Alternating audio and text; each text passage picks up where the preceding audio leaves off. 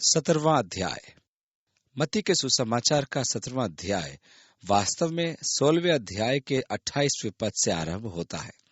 ये दुर्भाग्य की बात है कि जिस व्यक्तियों ने बाइबल को अध्याय और पदों में विभाजित किया, उन्होंने ऐसा किया। यदि वे अध्याय 16 के पद 28 को अध्याय 17 में जोड़ देते तो अनेक समस्याओं का हल निकल जाता। क्योंकि यीशु कैसरिया फिलिप्पी में अपने शिष्यों से वार्तालाप कर रहा है और अपनी मृत्यु तथा स्वर्गदूतों के साथ पिता की महिमा में अपने पुनः आगमन और मनुष्य को उनके कार्यों का प्रतिफल देने के विषय में चर्चा कर रहा है। तब पद 28 में वह कहता है, मैं तुमसे सच कहता हूं कि जो यहाँ खड़े हैं उनमें से कितने ऐसे हैं कि जब तक मनुष्य के पुत्र को उसके राज्य में आते न देख लेंगे, तब तक मृत्यु का स्वाद कभी न चखेंगे। यहाँ अध्याय समाप्त कर देने के कारण पाठक चकित हो जाते हैं और सोचने लगते हैं कि यीशु का कहना झूठ सिद्ध हुआ, क्योंकि उसके शिष्य तो सब मर गए, परंतु वह अपने राज्य में नहीं आया। यदि हम पद 28 के पश्चात 17वां अध्याय पढ़ते चले जाएं तो हम यीशु के कथन की सत्यता देखते हैं। वहां लिखा है, 6 दिन के बाद यीशु ने पतरस और याकूब और उसके भाई यूहन्ना को साथ लिया और उन्हें एकांत में किसी ऊंचे पहाड़ पर ले गया। वहां उनके सामने उसका रूपांतर हुआ और उसका मुंह सूर्य के समान चमका और उसके वस्त्र ज्योति के समान उजला हो गया, और मूसा और एलिया उसके साथ बातें करते हुए उन्हें दिखाई दिए। यीशु सत्य के विषय में कह ही रहा था कि उसके कुछ शिष्य पतरस, याकूब और यूहन्ना उसे उसके राज्य की महिमा में देखेंगे, इसलिए वह उन्हें उस पर्वत पर ले गया था। इस समय वे कैसरिया फिलिप्पी में थे, जो हरमन पर्वत की तलहटी में था। अतः ये तो स्पष्ट है कि वे हरमन पर्वत पर थे।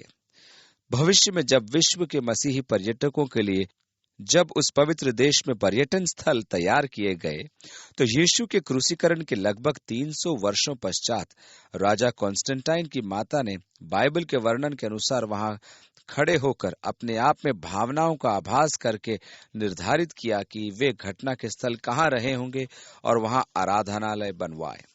यह तो प्रत्यक्ष है कि उसे बाइबल का संपूर्ण ज्ञान नहीं था, और यह भी प्रत्यक्ष है कि उन्हें पर्यटकों के लिए कोई न कोई स्थान निर्धारित करना ही था।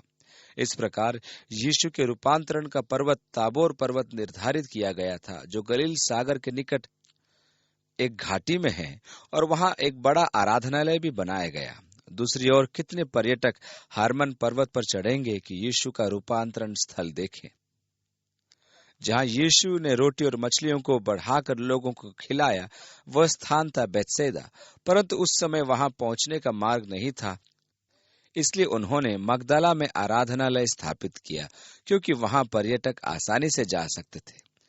पवित्र मकबरे का आराधनालय था क्रूसीकरण का आराधनालय। उन्होंने पुराने यरूशलेम की दीवारों के भीतर बनाया, जबकि बाइबल स्पष्ट कहती है कि वे यीशु को शहर पनाह के बाहर ले गए। यीशु को जहां क्रूस पर चढ़ाया गया था, वहां एक वाटिका थी, और उन्होंने वह स्थान दमिश्क द्वार के भीतर निर्धारित किया हुआ है। पुरातत्व विभाग की खुदाई में प्राचीन दमिश्क द्वार पाया गया, जिससे होकर यीशु गोलगोथा गया था कि उसको क्रूस पर चढ़ाया जाए।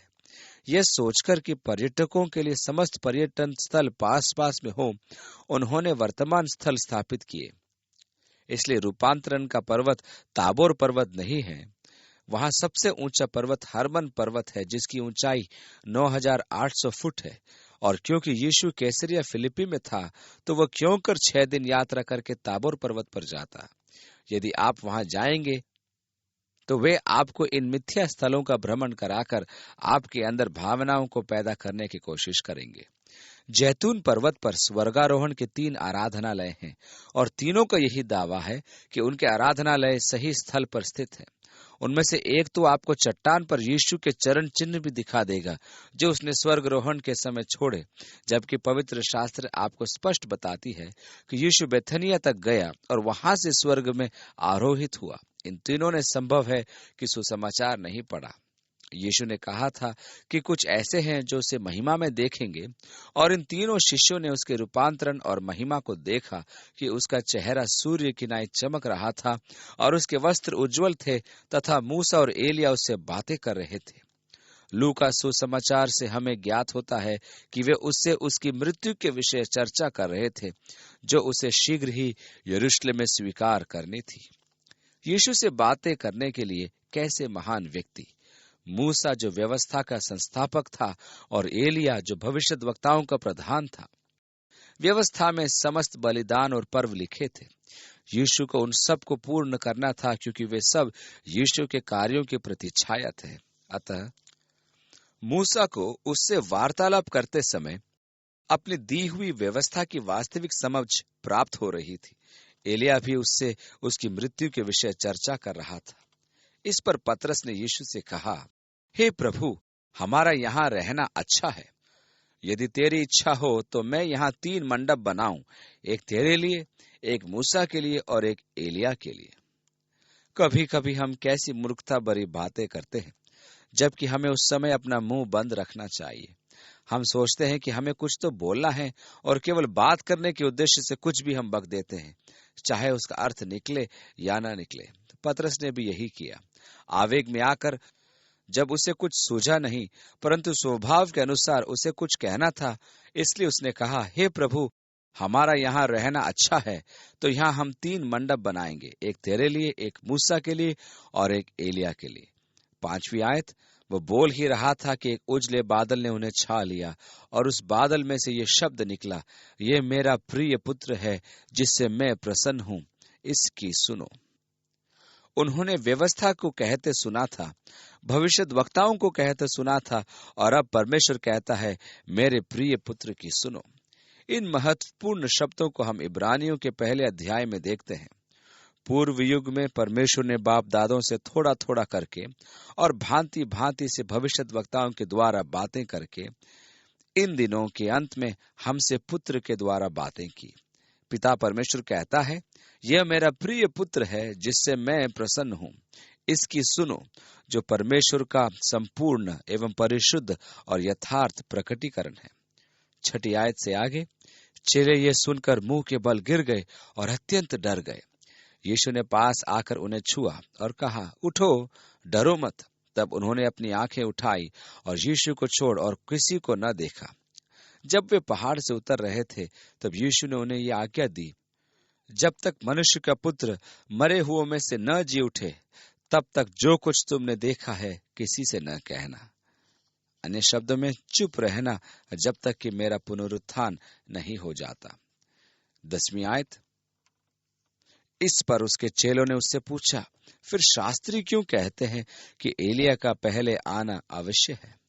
यहाँ एक वैध प्रश्न है, क्योंकि मलाकी की यह भविष्यवाणी थी, देखो, यहोवा के उस बड़े और भयानक दिन के आने से पहले मैं तुम्हारे पास एलिया नबी को भेजूंगा, और वो माता पिता के मन को उनके पुत्रों की ओर और पुत्रों के मन को उनके माता पिता की ओर फेरेगा, और ऐसा न हो कि मैं आकर पृथ्वी को सत्यानाश करूं।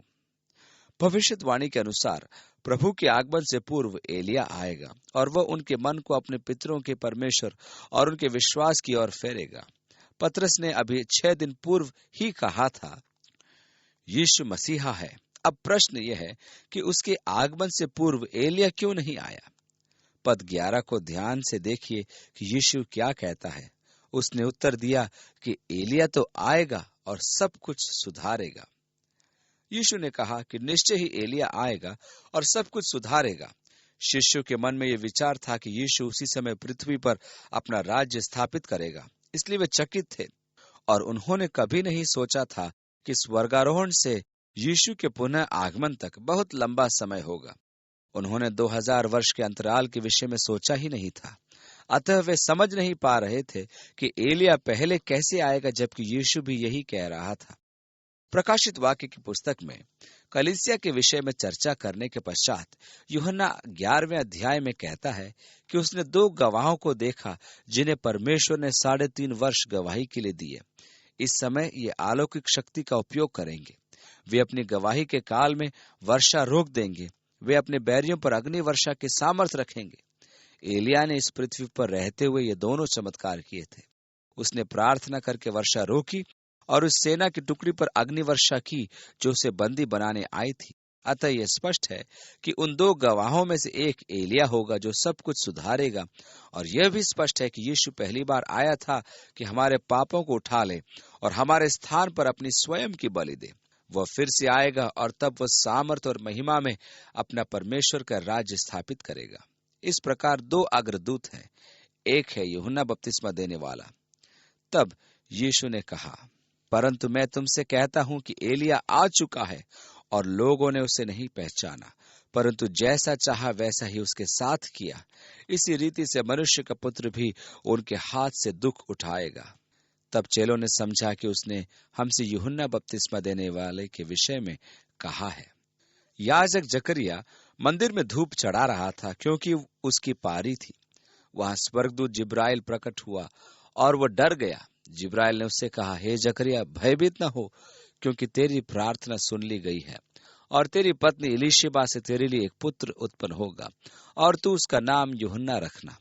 वह एलिया की आत्मा और सामर्थ में होकर उसके आगे आगे चलेगा कि पितरों का मन लड़के बालों की ओर फेर दे। यह संदेश जिब्राइल ने जकरिया को दिया, जो यूहन्ना बपतिस्मा देने वाले का पिता था। उसकी पत्नी वयोवृद्ध थी, अतः उसने संदेह प्रकट किया, जिस पर जिब्राइल ने उससे कहा कि बालक के जन्म होने तक वो बोल नहीं पाएगा। लोग आश्चर्य कर रहे थे कि उसे इतना समय मंदिर में कैसे लग रहा है, क्योंकि वे याजक की प्रतीक्षा करते थे कि वह बाहर आकर उन्हें परमेश्वर की आशीष दे। जब वो बाहर आया तो वे चकित हुए कि बोल न पाने के कारण वह उन्हें आशीष न दे पाया। वह अपने अधिवास लौट गए। इसकी पत्नी एलीशिबा के पुत्र उसके बाद में उत्पन्न हुआ। यूहन्ना के प्रचार और सेवकाई ने अनेकों को अपनी ओर आकर्षित किया, और लोग गांवों और नगरों से उसके पास बपतिस्मा लेने आए थे। उसका काम देखकर शास्त्री और फरीसी विचलित हुए, और उन्होंने उसके पास एक संदेशवाहक भेजकर पूछा कि क्या तू मसीहा है? उसने कहा, नहीं। तो क्या तू एलिया है? उसने कहा, नहीं। फिर यीशु कैसे कह रहा है कि यदि तुम स्वीकार करो तो ये वही एलिया है जिसके विषय में धर्मशास्त्र की भविष्यवाणी हुई। भविष्यवाणी तो पूर्ण नहीं हुई कि वह सब कुछ सुधारेगा, अर्थात धर्मतंत्र को सुधारेगा। ये तब होगा जब एलिया यीशु के फिर से आने से पूर्व आएगा। मैं न तो एलिया की प्रतीक्षा करता हूं, न ही क्रिस्त विरोधी की। सत्य तो यह है कि मैं मसीह के आने की प्रतीक्षा करता हूं कि वह मुझे अपने साथ ले जाए। उसके बाद जो भी होता है होता रहे। यीशु ने कहा, एलिया निश्चय ही आएगा और सब कुछ सुधारेगा। यीशु ने यह भी कहा कि एलिया आ चुका था और उन्होंने उसके साथ वही किया जो उन्होंने चाहा। उन्होंने यीशु के साथ भी वैसा ही किया। उसने उसके हाथों दुख उठाया और मृत्यु प्राप्त की। 14वीं आयत, जब वे भीड़ के पास पहुंचे तो एक मनुष्य उसके पास आया और घुटने टेक कर कहने लगा, हे प्रभु, मेरे पुत्र पर दया कर, क्योंकि उसको मिर्गी आती है। या मिर्गी का जो मूल यूनानी शब्द है उसका अर्थ है चांद का मारा। उस युग के विचार के अनुसार यदि कोई पूर्व चंद्र में बाहर सो जाए तो उसे यह रोग हो जाता था। यीशु से शताब्दियों पूर्व ये विचार चला आ रहा है, और आज भी पूर्ण चंद्र का प्रभाव कुछ लोगों के मस्तिष्क पर ऐसा पड़ता है कि उन पर पागलपन सवार हो जाता है। अतः उसने यीशु से निवेदन किया कि वह उसके पुत्र पर तरस खाए, और वह बहुत दुख उठाता है और बार बार आग में और बार बार पानी में गिर पड़ता है, और मैं उसको तेरे चेलों के पास लाया था, पर वे उसे अच्छा नहीं कर सके। यहाँ ध्यान देने योग्य बात यह है कि यीशु ने अपने शिष्यों को दुष्टात्माओं पर अधिकार दिया हुआ था। उन्होंने उसके अधिकार का प्रयोग किया और आकर उसे आनंद से सुनाया कि दुष्टात्माएं भी उनके अधीन हैं। यीशु ने उनसे कहा कि आनंद की बात यह नहीं कि दुष्टात्माएं तुम्हारे अधीन हैं, वरन यह कि तुम्हारे नाम मेमने के जीवन की पुस्तक में लिखे हैं। यहाँ वे असफल क्यों रहे? मैं आपका ध्यान एक विशेष बात की ओर केंद्रित करना चाहता हूं, और मेरे विचार में यह बहुत महत्वपूर्ण बात है। मेरे विचार में शैतान आपके आत्मिक उत्थान के नीचे खड़ा प्रतीक्षा करता है। यह मेरा अनुभव है कि सदा एक सुहाने आत्मिक अनुभव के पश्चात बैरी मेरी परीक्षा लेता है। वह सदैव तैयार रहता है कि वह आपसे वह छीन ले जो परमेश्वर ने आपको दिया है। आप आनंद से परिपूर्ण हो, वहीं रहना चाहते हैं, परंतु आपको लौटकर भी आना है, और वहां शैतान आपको नोचकर खाने के लिए तैयार रहता है कि आपको प्राप्त आशीष और महिमा आपसे छीन ले। अतः हमें सावधान रहना है कि हमारी महान आत्मिक आशीषों के उपरांत भी हम बैरी के प्रहार से सुरक्षित नहीं हैं। वह सदैव तत्पर रहता है कि आपके जीवन में विघ्न डाले, आपका नाश करे। अतः वह पिता यीशु के सामने घुटने टेक कर निवेदन करता है कि वह उसके पुत्र को चंगा करे, जहां उसके शिष्य असफल रहे थे। 17वीं आयत, यीशु ने उत्तर दिया, हे अविश्वासी और हठीले लोगों, मैं कब तक तुम्हारे साथ रहूंगा, कब तक तुम्हारी सहूंगा? उसे यहाँ मेरे पास लाओ। तब यीशु ने दुष्टात्मा को डांटा और वह उसमें से निकल गई और लड़का उसी घड़ी अच्छा हो गया। चेले नहीं कर पाए, परंतु यीशु ने किया। उसने उसे डांटा और दुष्टात्मा तुरंत निकल गया। तब चेलों ने एकांत में यीशु के पास आकर कहा, हम इसे क्यों नहीं निकाल सके? ये एक अच्छा प्रश्न है, क्योंकि उन्हें सामर्थ और अधिकार दिया गया था, परंतु यहाँ वे विफल रहे।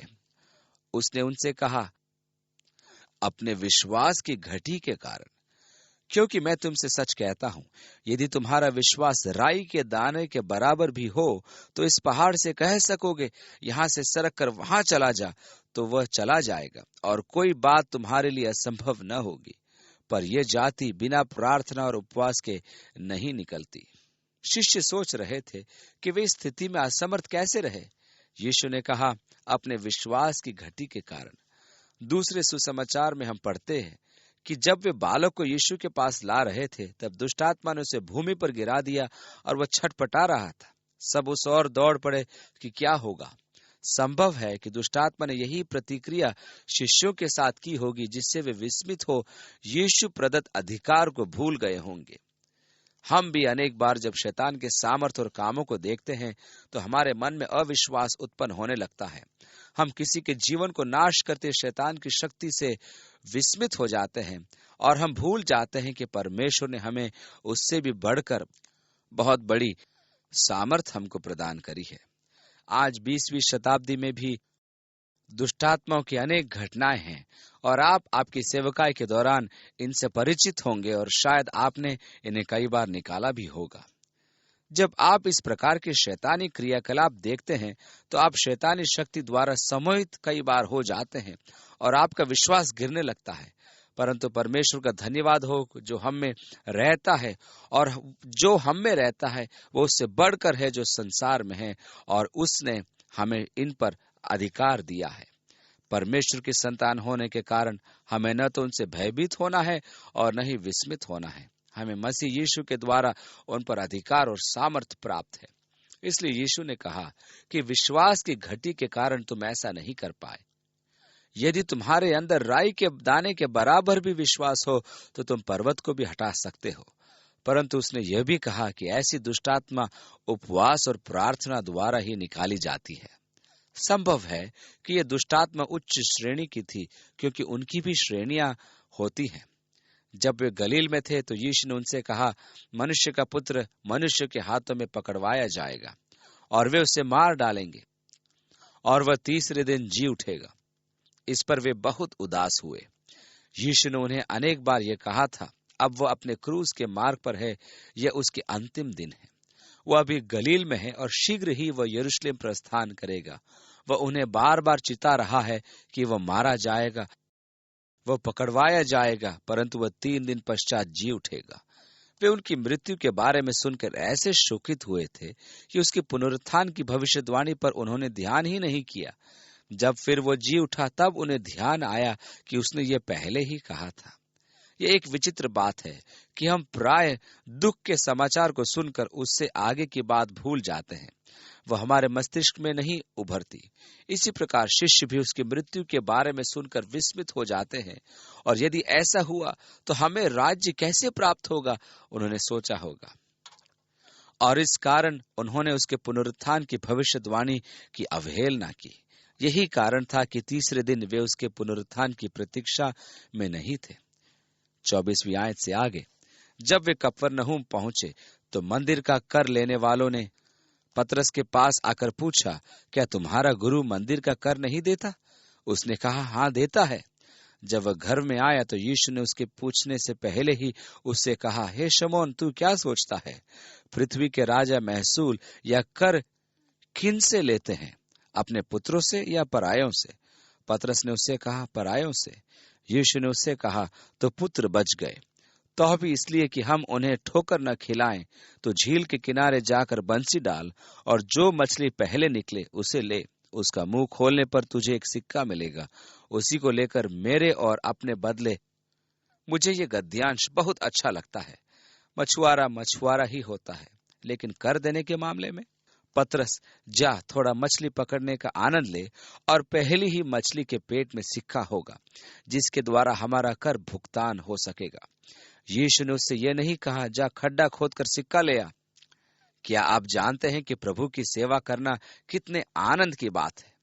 यीशु ने कहा, मेरा जुआ सहज है और मेरा बोझ हल्का है। परमेश्वर हम पर भारी बोझ नहीं डालता, वो अपनी संतान के लिए भलाई करने में आनंद लेता है। पिताओं सुनो, यदि आपका पुत्र कहे, पिताजी आज सुबह मैं सोच रहा था कि आपके साथ रहना कैसा अच्छा लगता है, आप सारा खर्चा उठाते हैं, आप मेरे वस्त्रों के लिए पैसा देते हैं, मुझे बिजली के बिल भुगतान की चिंता नहीं होती, मुझे भोजन की भी चिंता नहीं रहती, यहाँ रहना कितना अच्छा है। मैं आपके हृदय से आभारी हूँ और आपका कृतज्ञ हूँ, और आपका आभार व्यक्त करने के लिए आज से जो आप कहेंगे वो मैं करूंगा। मैं चाहता हूं कि आप जानें कि मैं आपका कितना आभारी हूं। आप में से कौन ऐसा पिता होगा जो अपने पुत्र की ये बातें सुनकर सबसे पहले तो बेहोश न हो जाए, और जब आपके मुख पर जल छिड़क कर आपको होश आए तो आप ऐसे पुत्र से क्या कहेंगे जिसने आपकी सराहना में अपने आप को पूर्ण रूप से आपको सौंप दिया? क्या आप उसे कूड़े उठाने का काम देंगे? यदि आपका स्वभाव मेरे जैसा है तो निश्चय ही मैं अपने पुत्र में ऐसा आचरण देखना चाहता हूँ। मैं उसके लिए ऐसे दिन को एक महान दिन बताना चाहता हूँ। मैं उससे प्रेम रखता हूँ, चाहे वो ऐसी सराहना करे या ना करे। सत्य तो यह है कि यदि वो थोड़ी भी सराहना प्रदर्शित करे तो मैं उसके लिए सर्वोत्तम भलाई ही करूंगा। मैं तो कहूंगा कि सब छोड़ो और समुद्र के किनारे चलो और कुछ समय हम यूं ही व्यतीत करके आते हैं। हमारा स्वर्गीय पिता भी ऐसा ही है। जब आप उसके निकट आकर सराहना प्रदर्शित करते हैं, हे प्रभु हम तेरी संतान हैं, मैं इसका बहुत आभारी हूँ, तूने मेरी कैसी सुधि ली, मैं आभारी हूँ और कृतज्ञ हूँ। मुझे कोई चिंता नहीं क्योंकि तू मेरा ध्यान रखता है। मैं संपूर्ण रूप से आपके पीछे चलने को तैयार हूँ। पिता, जो कुछ तू चाहता है तू मुझसे कर और मुझसे कह और मैं उसको मानूंगा। जब परमेश्वर उसकी ये बात सुनता है तो उसका दिल गदगद हो जाता है। वो आपको वह सब करने की अनुमति देगा जिसमें आप प्रसन्न रहें। वो अपनी संतान को भली वस्तुएं प्रदान करने में प्रसन्न होता है।